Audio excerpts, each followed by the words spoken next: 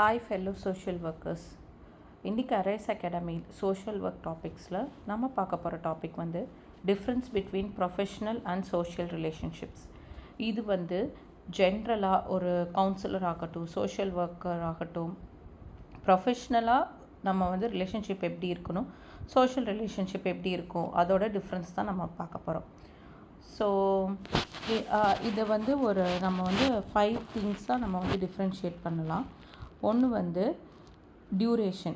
So duration வந்து social ரிலேஷன்ஷிப்பில் நம்மளுக்கு ஓப்பன் எண்டடாக இருக்கும், எந்த கன்ஸ்ட்ரெயின்ட்டுமே இருக்காது. நம்ம தெரிஞ்ச ஃப்ரெண்ட்ஸாக இருக்கட்டும், ஃபேமிலியாக இருக்கட்டும், ரிலேட்டிவ்ஸாக இருக்கட்டும், நம்ம யாரை வேணாலும் மீட் பண்ணலாம், எவ்வளோ நேரம் வேணாலும் ஆகும், நம்ம பேசலாம், பழகலாம், எல்லாமே செய்கிறது.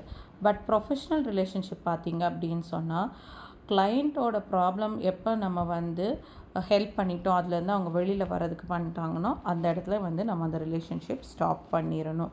இது ரொம்ப ரொம்ப முக்கியமான விஷயம்.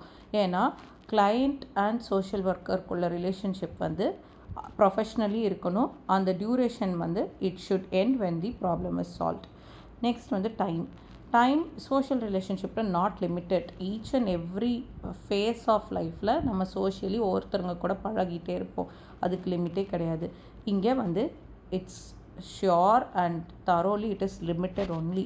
ப்ரொஃபஷ்னல் ரிலேஷன்ஷிப்பில் வந்து அந்த ப்ராப்ளம் இப்போ ஒரு வேளை நம்மளால் சால்வ் பண்ண முடியுது, அவங்களுக்கு ஹெல்ப் பண்ணி அதுலேருந்து வெளியில் கொண்டு வர முடிச்சிட்டாங்கன்னா அங்கேவே நம்ம வந்து அதை டெர்மினேட் பண்ணிடணும்.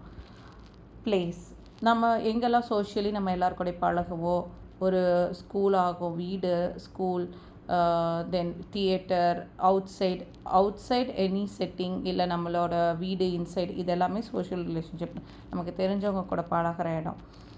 இது ப்ரொஃபஷ்னல் ரிலேஷன்ஷிப்னா it should be professionally set up. ஒரு ஆஃபீஸ், இன்ஸ்டிடியூஷன், அங்கே ஹைரார்கி இருக்கும், ஆர்கனைசேஷ்னல் ரூல்ஸ் ஃபாலோ பண்ணுவாங்க.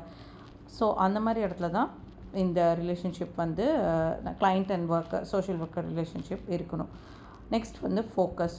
நம்ம வந்து வேரிட் ஆஃப் இமோஷன்ஸ் வந்து நம்ம இங்கே வந்து ஃபோக்கஸ் பண்ணுவோம் சோஷியல் ரிலேஷன்ஷிப்பில். Mother daughter or father daughter, father son, ஃபேமிலிக்குள்ளே நம்ம பார்த்தாலே வேறு ரிலேஷன்ஷிப்பில் வேறு இமோஷன்ஸ் இருக்கும். ஸ்கூல் ஆர் காலேஜில் இப்போ நீங்கள் பார்த்தீங்கன்னா இன்டெலெக்சுவலாக நம்ம ரிலேஷன்ஷிப் இருக்கும், டீச்சர் அண்ட் ஸ்டூடெண்ட்ஸ்க்கு. ஸோ இந்த மாதிரி நிறைய டைப் ஆஃப் நம்ம வந்து relationship or emotional wellbeing or emotional behavior நம்ம வந்து எக்ஸ்ப்ரெஸ் பண்ணுவோம். ஆனால் ப்ரொஃபஷ்னல் ரிலேஷன்ஷிப்பில் நம்மளோட ஃபோக்கஸ் ஃபுல்லாக கிளைண்ட்ஸோட ப்ராப்ளம் என்ன, அதுலேருந்து எப்படி வெளியில் வர்றது, மீட்டுறது, இது மட்டும்தான் ப்ரொஃபஷ்னல் ரிலேஷன்ஷிப்போட ஒரே கான்செப்டாக இருக்கும். நம்மளோட ஃபோக்கஸ் வந்து ways to help the clients மட்டும்தான். ரோல்ஸ், இங்கே வந்து மியூச்சுவல் ரோல் கொடுத்தா தான் நம்மளோட சோஷியல் ரிலேஷன்ஷிப் வந்து, இப்போ மியூச்சுவலி ஒரு ரெஸ்பெக்ட் இருந்தால் தான் அந்த சோஷியல் ரிலேஷன்ஷிப் வந்து சக்ஸஸ்ஃபுல் ஆகும். சிமிலர்லி ப்ரொஃபஷனல் ரிலேஷன்ஷிப்லேயும் மியூச்சுவல் ரெஸ்பெக்ட் இருக்கணும். ஆனால் இந்த இடத்துல எப்படி இருக்கணும்னா, அவங்கள வந்து நம்ம வந்து ஹெல்ப்பர் அண்ட் ஹெல்ப்டுன்னு சொல்கிறாங்க. அதாவது அந்த கிளைண்ட்டோட ப்ராப்ளம் ஐடென்டிஃபை பண்ணி அதுலேருந்து அவங்கள வந்து வெளியில் வர்றதுக்கு நம்ம பண்ணுற ஒரு ஹெல்ப்பர் நம்ம, அவங்க வந்து ஹெல்ப்டு, அந்த கிளைண்ட்ஸ் வந்து ஹெல்ப்.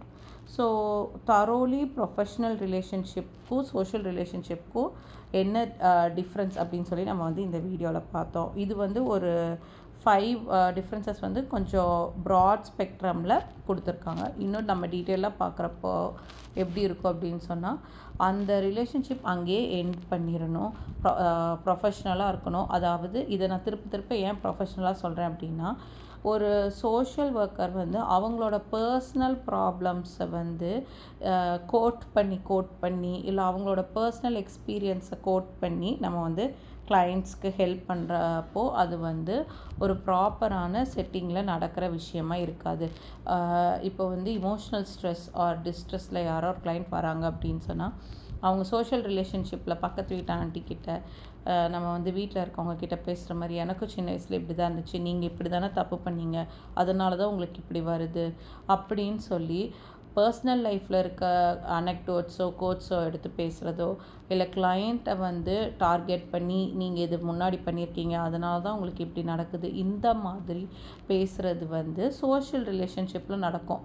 நம்ம வந்து சொந்தக்காரங்க கூட பேசுகிறது, தெரிஞ்சவங்க கிட்ட பேசுகிறது நடக்கும். ஆனால் ஒரு சோஷியல் ஒர்க்கர் வந்து கிளைண்ட் கிட்ட ஒரு கேஸ் ஒர்க்கர் ஒரு கவுன்சிலர் வந்து அப்படி சொல்ல மாட்டாங்க. அவங்க வந்து methods of social works use பண்ணுவாங்க.